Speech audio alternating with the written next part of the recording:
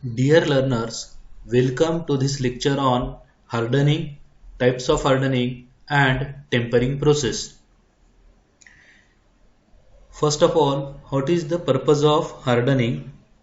The purpose of hardening is to harden the steel to the maximum level by austenite to martensite transformation to increase the wear resistance and cutting ability of steel.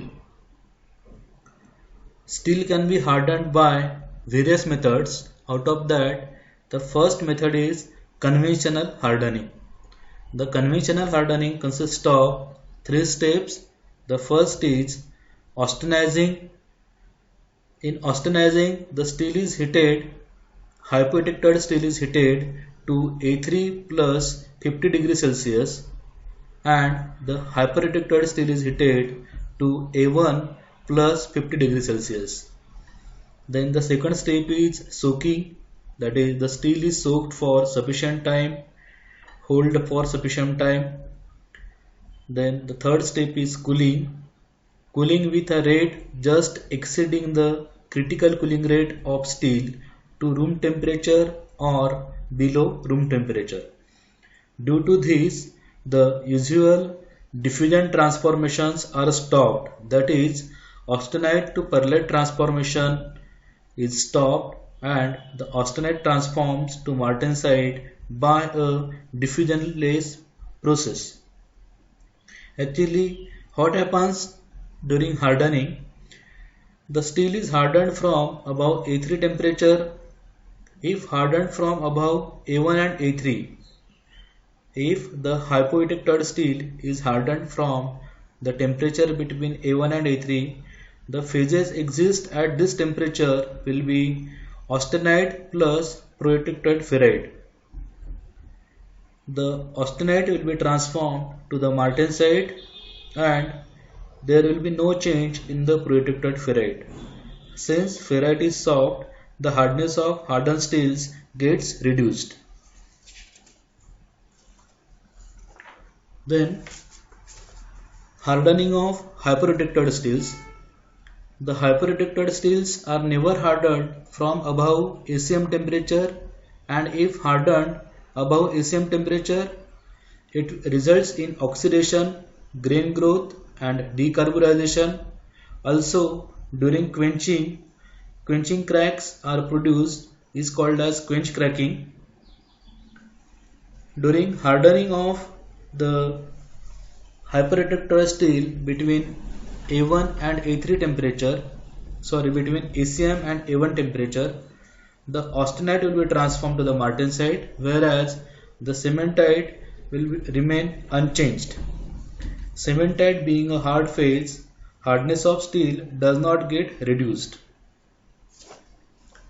High carbon steels are the critical cooling rate of high carbon steel is slightly more, so oil quenching will solve the purpose.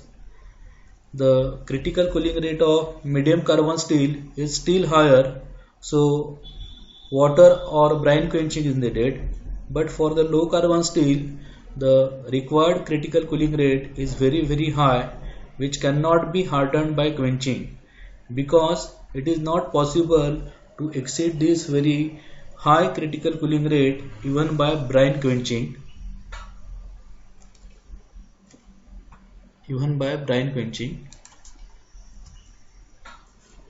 This is the hardening process. We can observe that the first cooling rate is a surface cooling rate and the another cooling rate is a critical cooling rate at the center.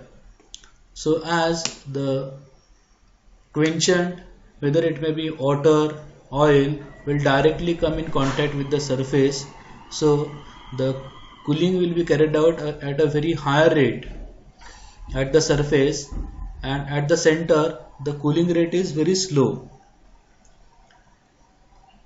So the austenite will be directly transformed to the martensite, and then after transformation of austenite to the martensite, the phase will be the tempering is carried out. The timed quench process. It is also called as interrupted quench. For low carbon steels, critical cooling rates are high, so fast cooling is required to prevent formation of pearlite or bainite. In steels of low hardenability, it is possible to obtain complete martensite structure. Such cycle of hardening employing two cooling rates, one fast and other slow.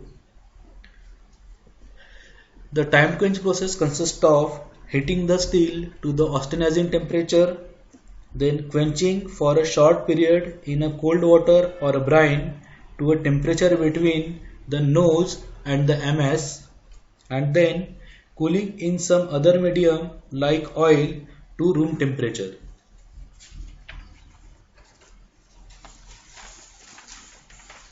Then the next process is mar tempering. It is also called as mar quenching.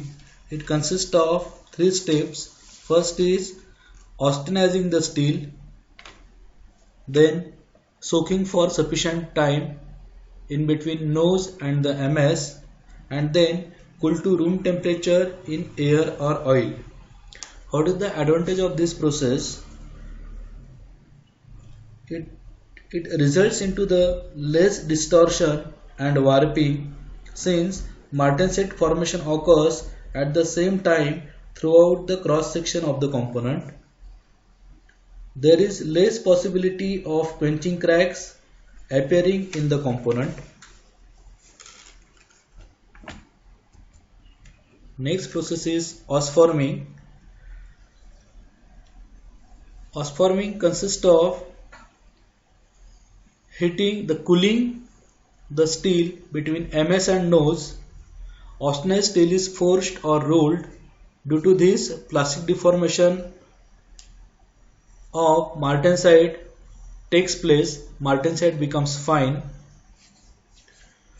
Austenized steel is cooled with a rate exceeding the critical cooling rate of that steel to a temperature between MS and nose, forged or rolled at this temperature, and then cooled to room temperature in oil. Due to plastic deformation of austenite, the martensite formed is fine. This results in increased dislocation density in martensite and finer distribution of carbide on tempering. The steel with sufficient hardenability can only be osformed. The next is retention of austenite. We know that austenite to martensite transformation is temperature dependent. The austenite to martensite transformation never goes for completion by cooling to any temperature. What are the effects of retained austenite?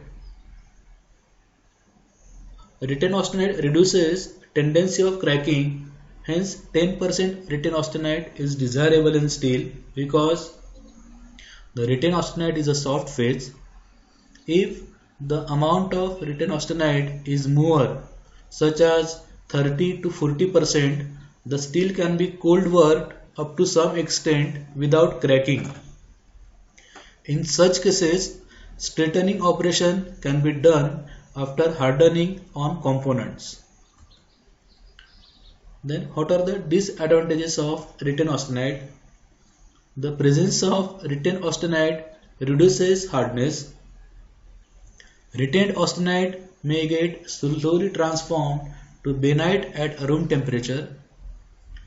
Deformation, that is strain-induced transformation of austenite to martensite, increases internal stresses. For certain applications requiring dimensional stability, even a small amount of retained austenite, that is soft phase, is not desirable. For high carbon steels containing more than 0.7% carbon and for some alloy steels, MF temperature is below room temperature, so all austenite does not transforms to martensite, but part of it remains untransformed. This reduces hardness and wear resistance of steel. Methods to eliminate written austenite. First is cold treatment or sub-zero treatment. Steel components are cooled to a temperature below MF, that is Martenset finish temperature, by suitable cooling medium. Plastic deformation and tempering. There are three types of tempering depending on the temperature range. The first is low temperature tempering, second is medium temperature tempering, third is high temperature tempering. Cold treatment. The cold treatment, there are the two columns. The first column consists of medium and second is minimum temperature in degrees Celsius. With ice plus salt, that is sodium chloride, the quenching temperature will be minus 23 degrees Celsius. With ice plus calcium chloride, the quenching temperature will be minus 55 degrees Celsius. Acetone plus dry ice minus 76 degrees Celsius. Liquid air minus 183 degrees Celsius. Liquid nitrogen minus 196 degrees Celsius. Liquid hydrogen minus 253 degrees Celsius. Liquid helium minus 269 degrees Celsius. So the use of the cold treatment or sub-zero treatment is to eliminate written austenite from hardened components like tool and die steels. The second is plastic deformation. The plastic deformation of austenite can induce martensitic transformations. This phenomenon is called as deformation or strain-induced martensitic transformation. If austenite is plastically deformed to a temperature above Ms, martensitic transformation starts. This temperature is denoted as MD. This method is applicable to steels containing large amount of written austenite. In next lecture, we will discuss about tempering process. Thank you.